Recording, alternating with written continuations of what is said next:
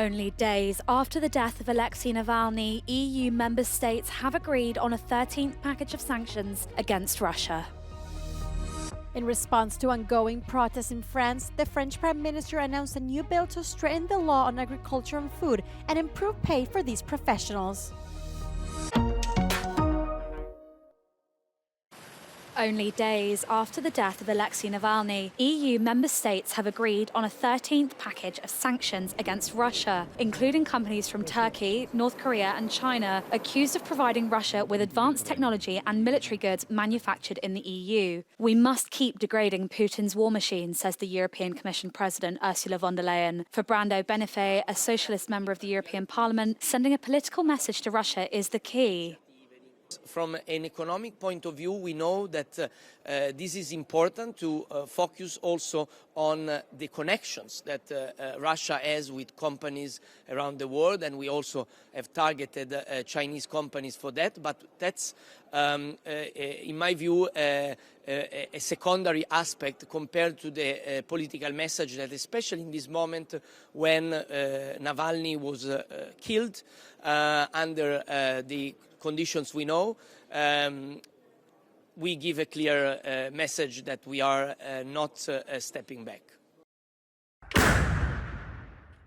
This new round of measures will be formally approved before the 24th of February, the day that marks 2 years since the start of the war in Ukraine. However, the overall impact of the sanctions on the Russian economy over the last 2 years is disputed. In 2023, Russia experienced a 3.5% economic growth, more than almost all European countries, and is expected to keep it at 2.6% in 2024, according to the IMF. But for Benifei, it is worth persisting. If we take more initiative on our own and we are more united as a European Union, speaking with our voice as a European Union with the rest of the world, that we can isolate more Russia, and this message needs to be given to the elites of that country so that they can also push those that are in the room of the buttons in Kremlin to change direction and change the situation.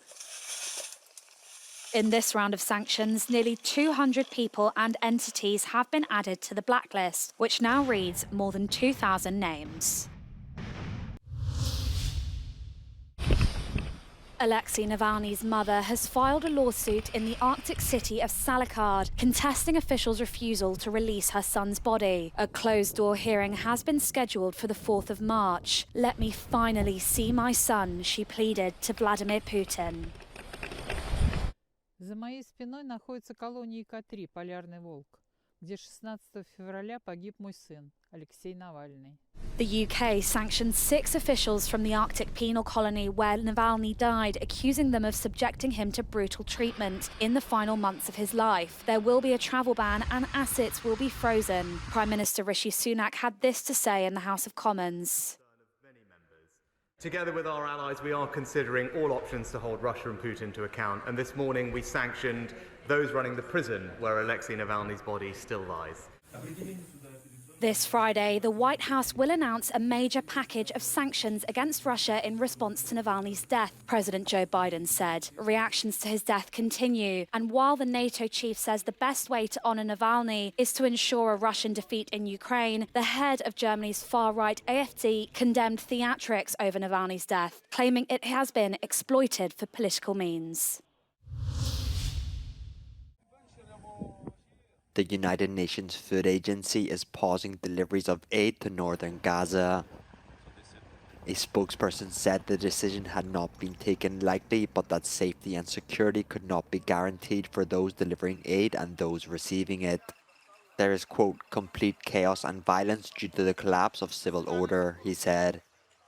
On Sunday, aid trucks had been met with gunfire. The pause in food distribution comes as a UN study found that 1 in 6 children in Gaza was acutely malnourished. Every time a family is displaced, they become more and more desperate, they lose some more resilience. And that's really a consideration when we are so worried about the threat of famine across the Strip. We know we can't reach everybody right now. It's impossible to get into the north. reports that Gaza's Nasser hospital has ceased to function following an Israeli raid. The World Health Organization has led 2 life-saving missions to transfer 32 critical patients, including 2 children. You can think about the worst situation ever. You multiply by 10, and this is the worst situation I have seen in my life. It's the debris, the light, working in the darkness, patients everywhere. On the diplomatic front, the US has vetoed a UN resolution for an unconditional ceasefire in Gaza. Instead, it is proposing a temporary ceasefire with added conditions, including all hostages are released, as well as facilitating aid to Gaza.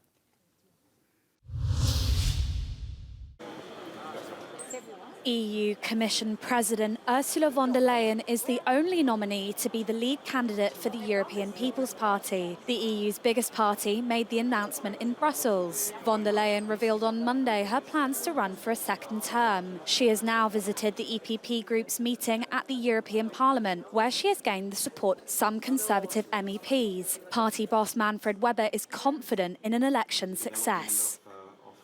I would say also for the campaign in front of us a strong advantage. When I became party president, we only had 7 prime ministers and chancellors and head of states and government on the EPP table.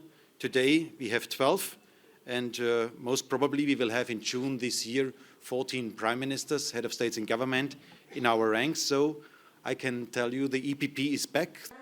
According to the polls, though the European People's Party will remain the biggest political group, they will need allies to achieve a parliamentary majority. When asked about a possible cooperation with the Eurosceptic European Conservatives and Reformers group, Ursula von der Leyen said where she drew the line.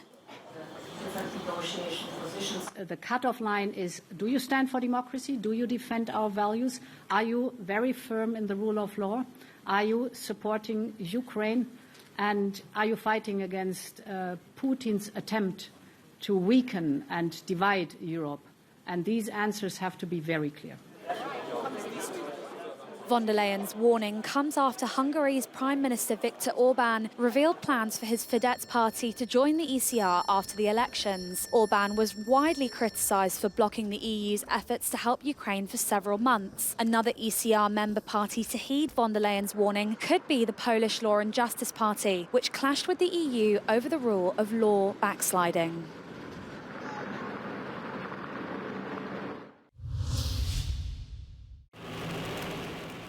In response to French farmers' protests, Prime Minister Gabriel Attal announced a new bill to strengthen the law on agriculture and food and improve pay for these professionals. He added that emergency aid, especially for livestock farmers, will amount to several million euros. Nous avons entendu l'appel des agriculteurs, nous avons pris des engagements, nous sommes en train de les tenir. Ce n'est que le début d'une nouvelle page que nous sommes en train d'écrire ensemble avec eux. Attal promises to grant special status to the agriculture sector, among other things. Yet, for many, the government's motivations are unclear. Ils sont en train de calmer la colère des agriculteurs pour essayer de rentrer dans le salon de l'agriculture. J'espère que ce n'est pas leur but, mais bon, il faut que ça soit vraiment acté, quoi. Parce qu'il nous faut vraiment des actes concrets. A few hours before the French Prime Minister's speech, a group of farmers blocked a section of the A62 motorway 3 days before the agriculture show opening in Paris. Thousands of farmers from all over Spain take the streets of Madrid after weeks of protest in an attempt to put pressure on the government.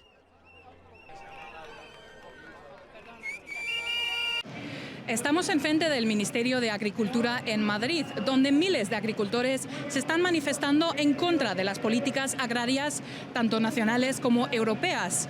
Más de 500 tractores y cientos de autobuses han intentado entrar en la capital este miércoles. Sin embargo, la Guardia Civil ha frenado la entrada de algunos de ellos para evitar un colapso total del tráfico en la ciudad. Farmers are looking, above all, for fair prices in the face of rising costs.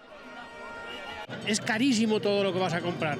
Los consumidores no pueden comer, no lo pueden comprar en los mercados porque está todo carísimo. Y a nosotros nos dan, pues nada. However, they also demand more flexibility with environmental measures and an end to unfair competition from abroad. Hombre, la solución sería pues una solución entre todos de la mejor manera para que la venta fuera la asequible al gasto que nosotros tenemos. The farmers assure that they will continue with their demonstrations until the Spanish government and Europe listen to them.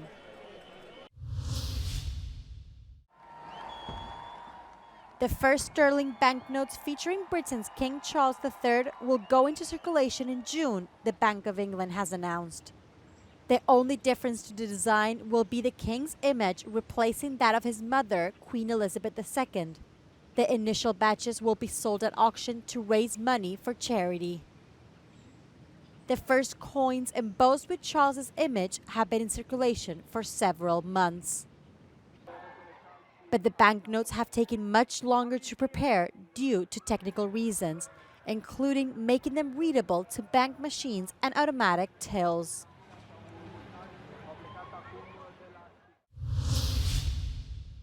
Famous World War II D-Day landing beaches could soon become a UNESCO World Heritage Site. This year is the 80th anniversary of the day 150,000 men landed on Omaha, Juno or Gold Beach in Normandy, France.